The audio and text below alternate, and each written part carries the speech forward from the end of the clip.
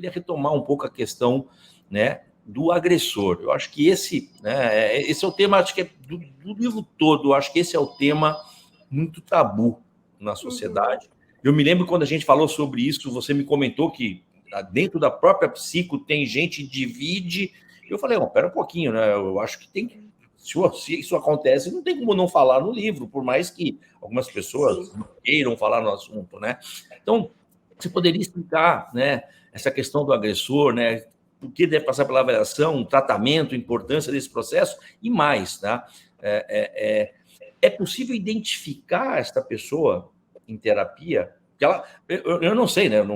Olha, eu sou um abusador. Eu acho meio difícil que alguém talvez chegue na clínica para dizer que é um abusador e quer um tratamento. Eu não sei se essa questão, se essa demanda aparece, tá? Mas fazendo a terapia com alguém, é possível identificar, assim como a gente perguntou agora há pouco, identificar os sinais de uma criança abusada, né? É possível identificar os sinais de uma pessoa que abusa, independente de ser homem, mulher, gordo, magro, alto, idoso, velho, não importa. É possível dar uma identificada nisso?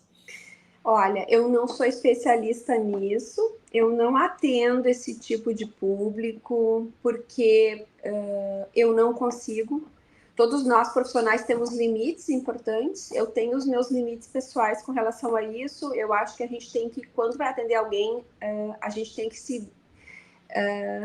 ter empatia. Eu não consigo ter, infelizmente, e eu descobri isso quando eu acabei identificando algumas situações, né, de agressores e de pedófilos ao longo da minha carreira. E eu acho que um profissional tem que saber o que ele pode ou não atender. Então, eu não é o tipo de demanda que eu atendo, mas, em geral, eles estão aí no caminho, no lugar da psicopatia, né? E eles se utilizam muito da sedução para conseguir captar aí a atenção. E nem todo profissional muitas vezes está habilitado e preparado e sabe como conduzir, ou percebe que essa pessoa é um agressor, porque geralmente tem discursos muito ou vai para a via da sedução ou da religião, né? Deus te proteja, rezo por ti, tu é muito importante. E por trás desse discurso, muitas vezes está abusando de uma criança, né? Está se valendo, né, desse discurso todo para conseguir fazer esse movimento de agressividade. Então, é importante, né? A gente tem um capítulo sobre isso para avaliar, e a gente tem um outro capítulo sobre como se dá o tratamento. E aí, interessante, na parte de infância e adolescência, a gente tem a avaliação do pedófilo e o tratamento do pedófilo. E na parte 2, que é a parte do adulto idoso e da pessoa com deficiência, a gente tem a avaliação do agressor e o tratamento do agressor, justamente para a gente poder separar um pouco, né, o tipo de público. E é um tema importantíssimo, e eu não vi, eu posso estar falando uma bobagem absurda, eu não vi nada, nenhuma obra tão completa no nosso país, quiçá no mundo, vou dizer assim, né? Não vi nada tão completo, tudo sendo colocado no mesmo material. Por isso o nome compêndio, que dá essa ideia de completude mesmo. Excelente. Estamos aqui com Cristiane Bortoncello, né? A organizadora do livro Violência, Compêndio Teórico Prático sobre Vítimas e Agressores. Mas, Cris, como psicóloga, tá? Como é atender as demandas que envolvem esses diversos tipos de violência?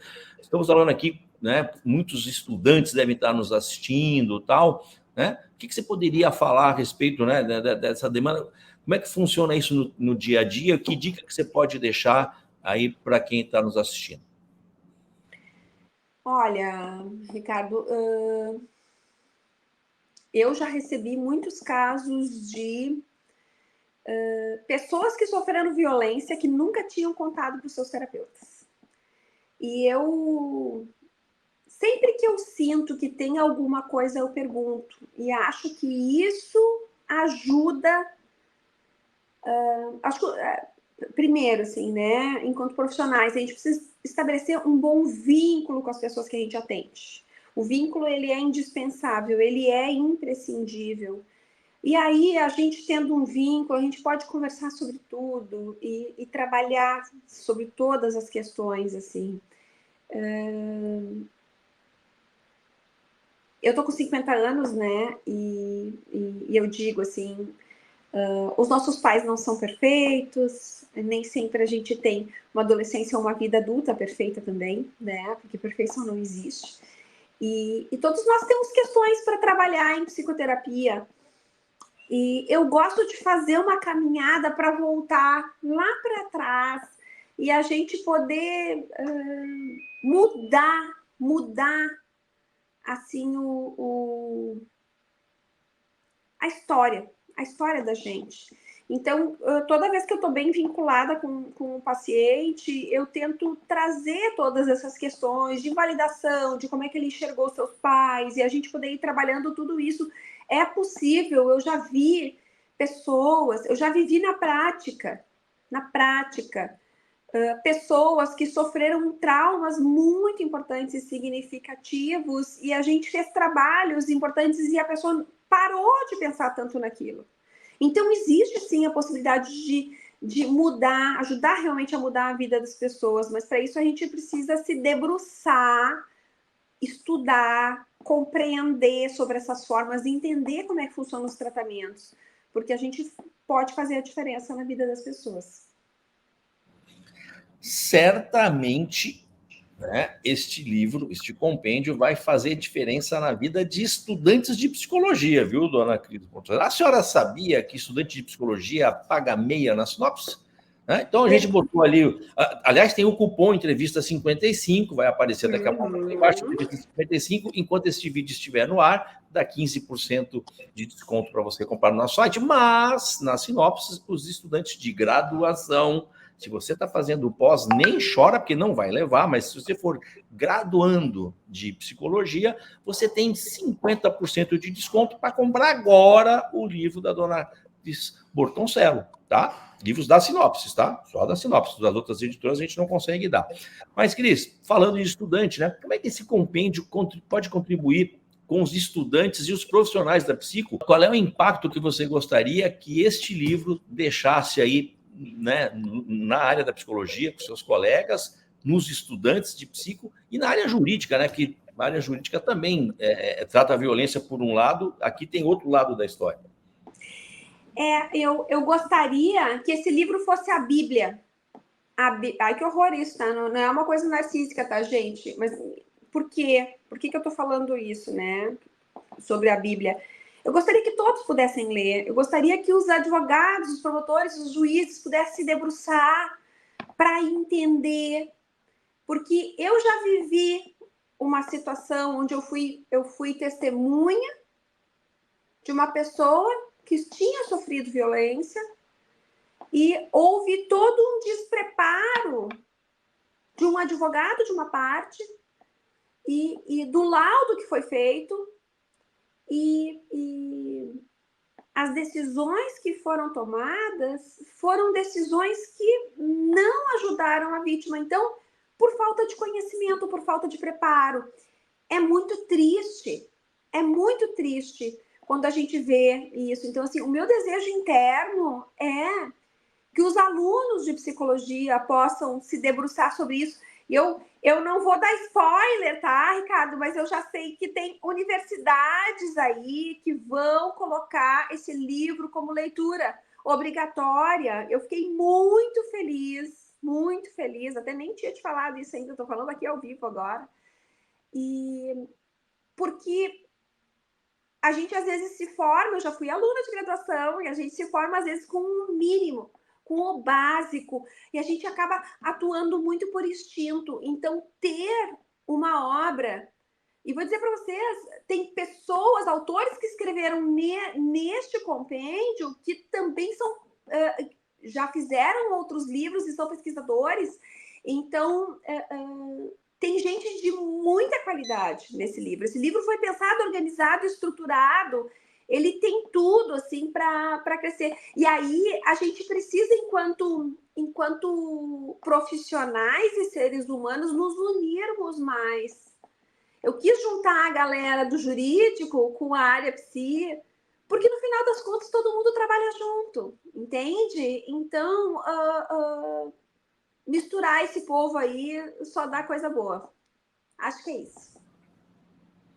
É bem por aí. Eu acho que esse, né, Cris, esse é o legado que a gente pode deixar, entendeu? É se preocupar em produzir material, muitas vezes inédito, muitas vezes que ninguém nunca abordou, tocando em dedos na ferida. As pessoas estão muito cheias de dedo ultimamente.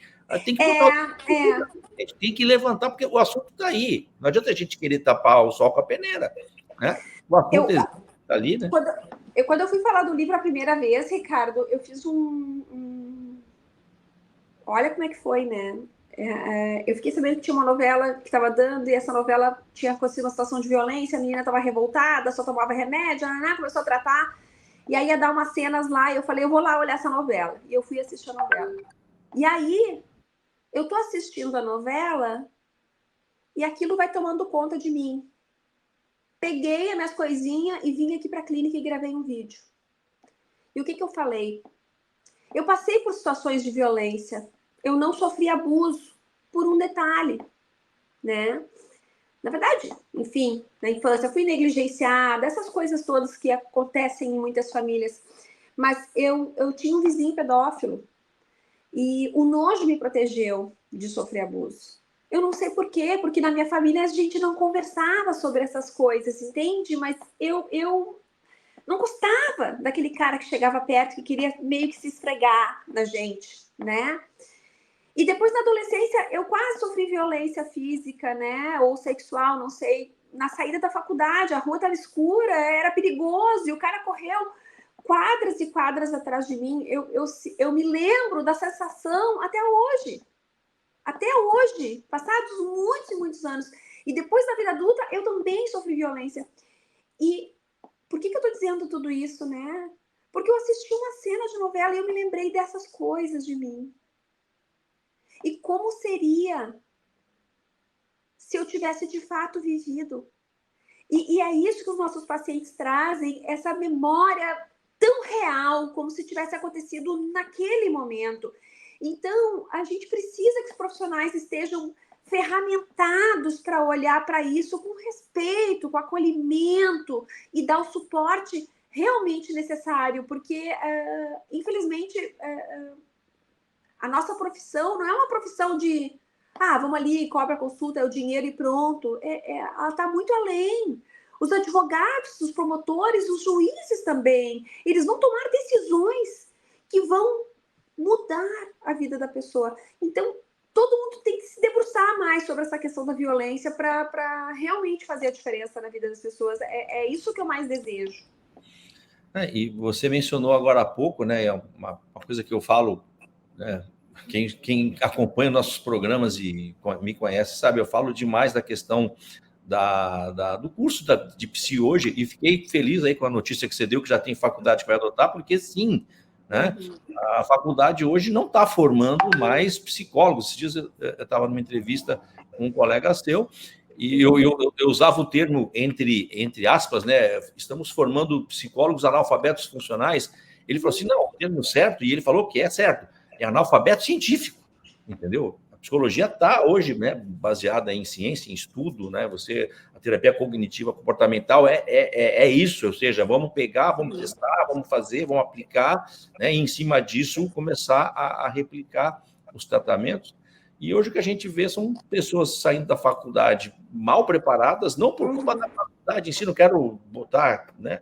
É que a psicologia evoluiu, né? Assim, esse aspecto a evolução é muito mais rápida do que a faculdade consegue arrumar a ementa. Então, enquanto isso não acontece, aí, você buscar o conhecimento, né, em livros, em obras como essa que a gente está, né, aqui entrevistando a Cris, que se propôs a abordar o tema como ele deve ser abordado. Não é ficar passando um pano, não. É botar o dedo na ferida, trazer capítulos pesados. Existem capítulos aqui pesados, são temas delicados, e que, de alguma forma, as pessoas Os profissionais da área têm que ter acesso, porque não vai aprender isso na faculdade, né? E não pode querer aprender quando o caso bate na porta lá e, putz, e agora o que eu faço?